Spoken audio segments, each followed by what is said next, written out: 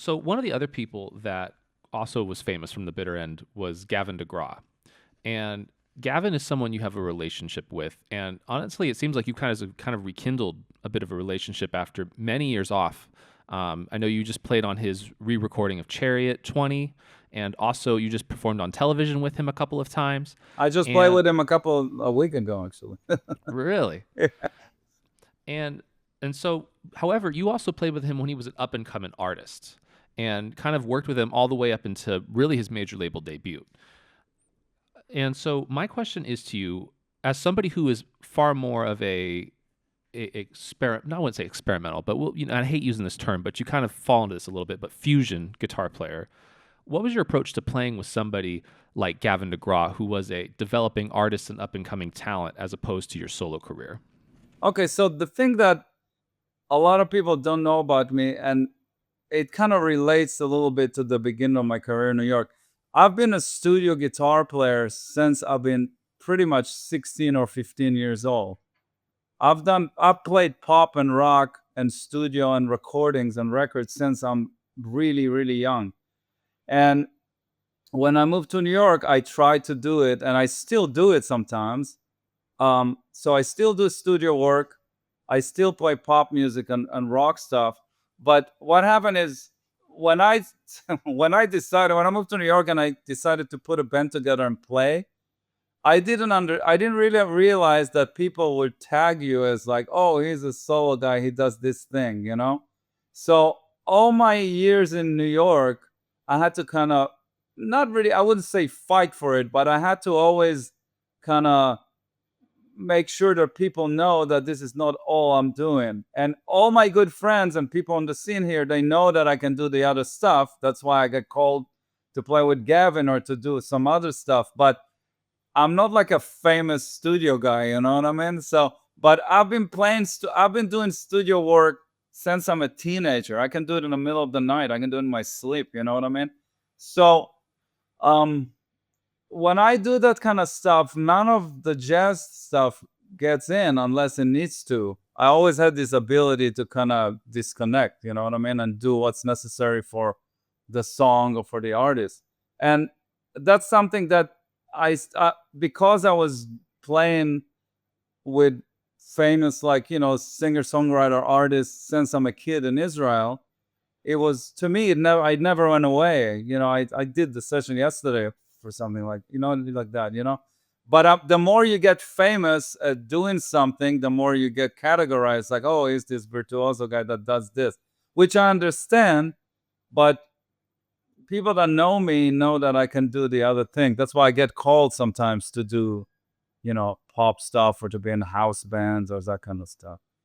But I have to fight for it a little bit, because even it's kind of interesting, the perception of people, because even my best friends that I work with, and I call them, if I produce a record, something, I call them to play on records.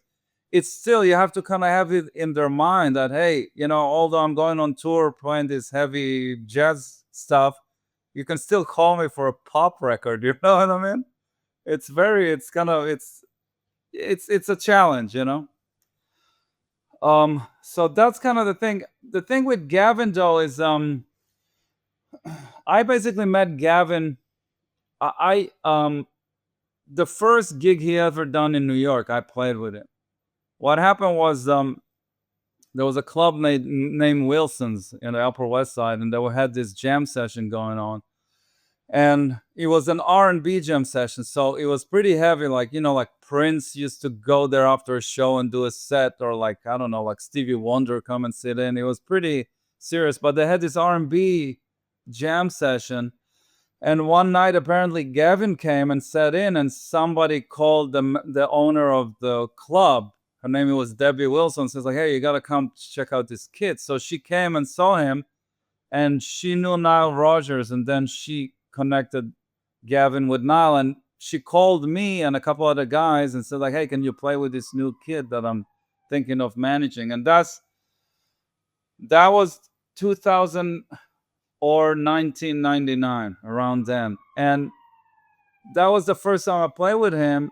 And the first couple of years, maybe it was 2 to 3 years, I played pop with him all the time, but in the same time I would do the bitter end gig, not regularly yet, but I was just kind of trying to do everything to just be noticed.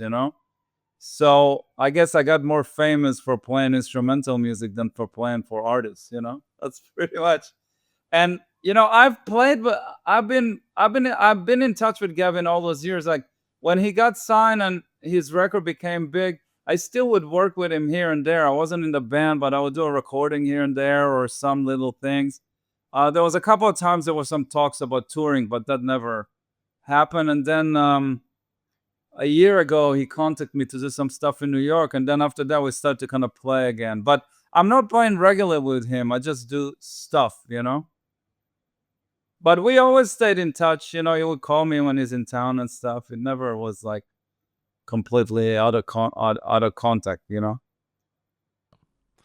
Was it something for you where you saw like a way to develop an artist? Like, were you along? Was it kind of a thing where you were along for the ride with him, or was that like a game plan for you, or was it more of just like this is just another gig? Well, I'll tell you a story. It's kind of not a it's a typical thing that happened in the industry, and when you're young it just happened to you and you get hurt from it, but it just how it works. So when I started to play with him, we always had a really good connection playing together. Even now when we play together, it's like almost like it clicks right away. It's like sits the way he sings and play and write, that just really fits with the way I play. So we used to do that, and I was his. We used to play for 2 years, just me and him, acoustic guitar and piano. Everybody in the industry used to come and watch it. After 2 years, I got a band for him. I was like, Gavin, let's start doing a band. It's kind of boring to just do two guitar and piano. And then we kept doing showcases till he got signed. But at some point, um, there was some weird stuff that went down that always happens in pop music in the pop world, and I didn't really quit, but I stopped doing it regularly, and I told him, hey, call me when you really need me and you have money, kind of thing. So that went on for a while too. But what happened was he ended up going to LA to record his first album, and because I had so much connection with him, and I remember him writing a lot of those hits, and we used to play them. So automatically, what happened is you develop riffs or lines or all sort of stuff that becomes identical with his songs. And then when he went to LA to record, the thing that everybody is with a developing artist wants to do is, oh, he needs to call me for the album. And they don't understand that when somebody does an album, it's got nothing to do with you or anybody that plays with him. It's rare. It's usually they hire a producer brings his own people. So that was kind of a big hit for me and for a couple other guys, because we were kind of like, especially I was kind of developing the music with him in a way. But when he came down to do the studio album, he went to do it in LA with an LA producer that brought his own people. But this is the typical thing that happened, and I was already also on the other side of it. They end up recording some of the shows that we did, and they end up using some ideas that I created in his music. Did I get credit for it? No. But when you're young and you're kind of expecting this to happen, you get really pissed.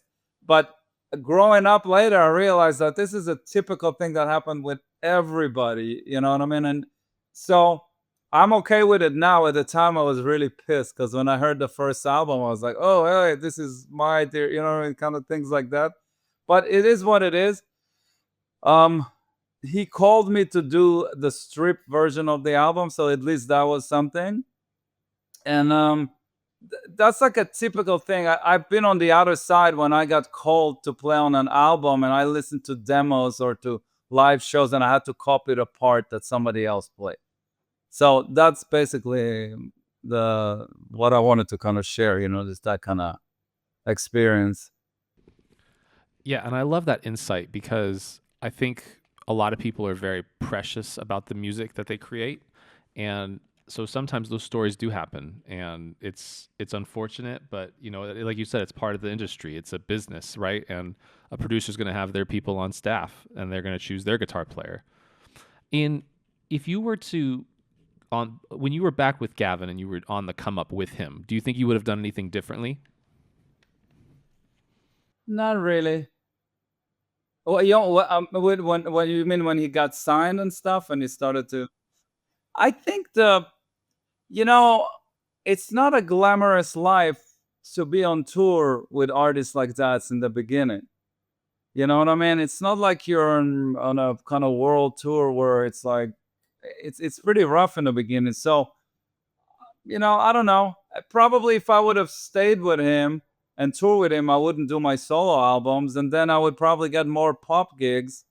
Like I got a couple of my friends to play with him, and one of them, a drummer, got on to play with a couple other really, really big pop artists, So those kind of gigs leads more to those kind of gigs. Um, I don't know. Maybe if I would stay there, I would play more pop gigs and not do my solo albums. I don't know. You know what I mean? It's like I don't know. Yeah, we interviewed Greg Howe very early in this podcast, the other fusion guitar player, and he kind of had a oh he's one of the best, man. I love him. And he kind of gave a similar story, which was he was touring with Justin Timberlake, In Sync, all these people like that, and then eventually he just kind of reached a breaking point, and it became I need to express myself and stop playing 3-chord pop songs. He just kind of got fed up with it, and so I think there is that balance there, especially as a musician who likes complex music, where you want to make money and have fun, but at the same time you also want to express yourself. So I think I totally understand what you're coming from with that. I think um the thing is, what everybody wants to do is to play on the records because that stays. You know what I mean? That's like the luxury gig is to play on the albums. To do tours, it could be cool because you're playing live and stuff. Could be challenging for many many reasons, but you're very interchangeable on tours. If something goes down and yeah, you can't do the gig or they don't like you, they call somebody else that will just play the same parts that are on the record. It's really not a big deal. It's rare. It happens, but it's rare to have certain guys stay with a certain artist because they're just irreplaceable. It happens, but it's so rare. Most of those pop gigs are just like revolving doors. You know what I mean?